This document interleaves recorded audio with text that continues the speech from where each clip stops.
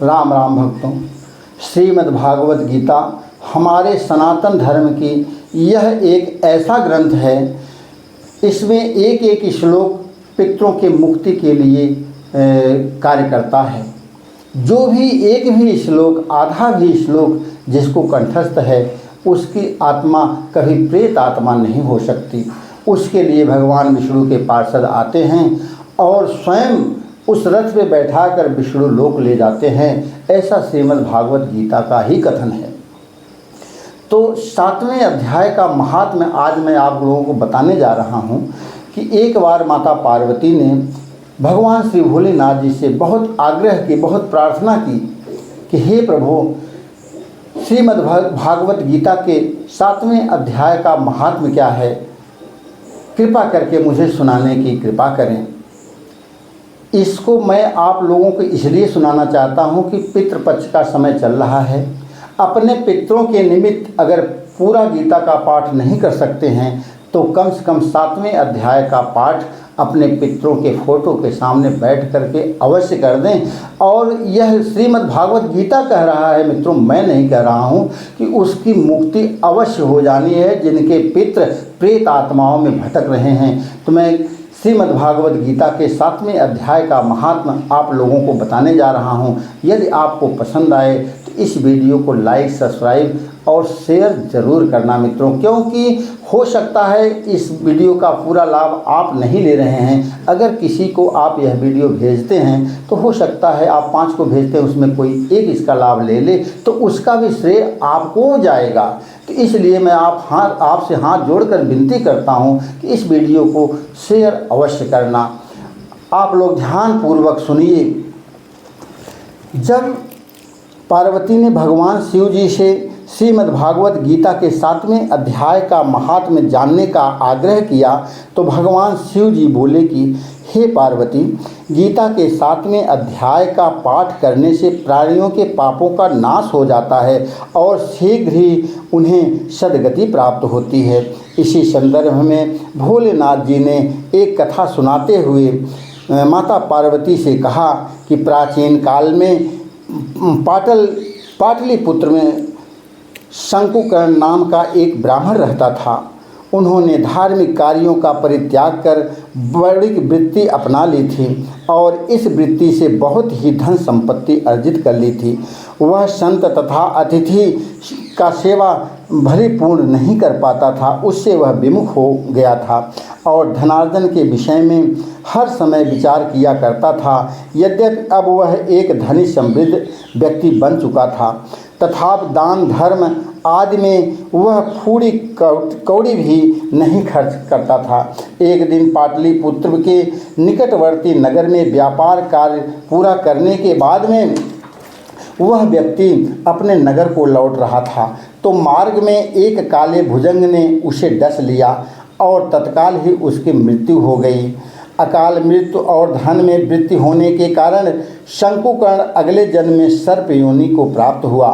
अपने जीवन काल में धन कमाकर संग्रह करके उसने सारा धन एक जगह भूमि में गाड़ दिया था।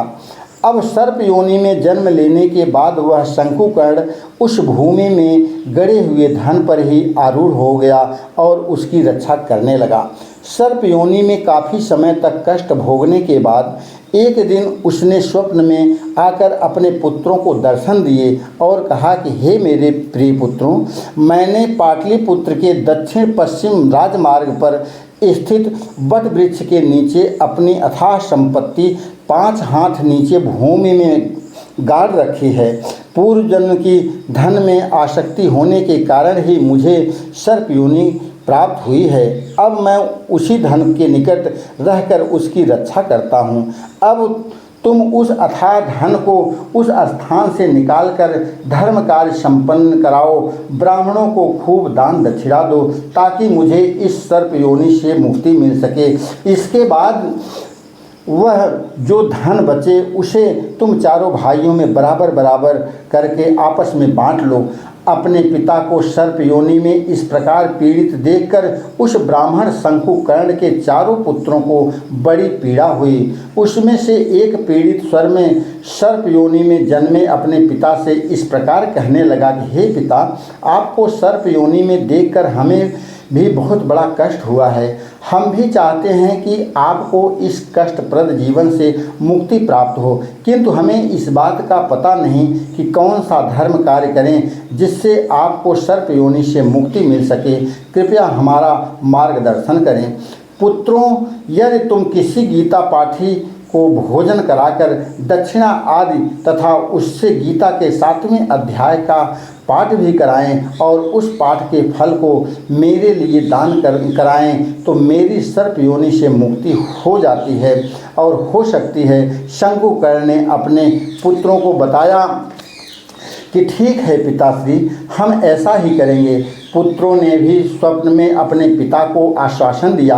प्रातःकाल होने पर चारों पुत्रों ने इकट्ठे होकर अपने अपने स्वप्न की चर्चा की। वे चारों इस बात पर बड़े हैरान हुए कि उन सभी को एक ही प्रकार के स्वप्न दिखाई दिए थे और स्वप्न में उन्होंने अपने पिता को उनकी मुक्ति का आश्वासन दिया था। चारों पुत्रों को अब अपने स्वप्न में पूरी सत्यता अनुभव होने लगी थी।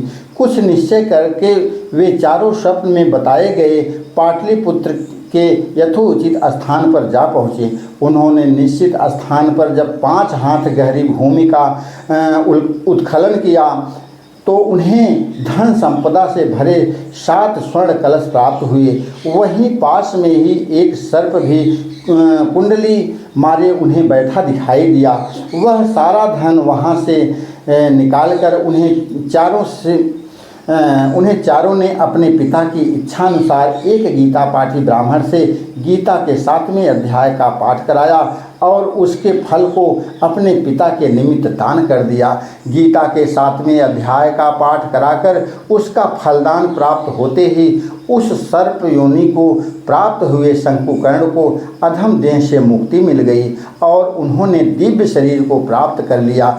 इसके कुछ ही देर बाद उसके लिए बैकुंठ धाम से एक दिव्य विमान वहां आ गया और वह नराधम दिव्य स्वरूप को प्राप्त करके बैकुंठ धाम की ओर प्रस्थान कर दिया। हे पार्वती, भोलेनाथ जी समझाते हुए बोलते हैं कि इस प्रकार गीता के 7वें अध्याय का बड़ा महात्म्य है। जो व्यक्ति इस अध्याय का पाठ करता है, श्रवण करता है अथवा इसके फल को प्राप्त करता है, उसकी शीघ्र ही सद्गति हो जाती है।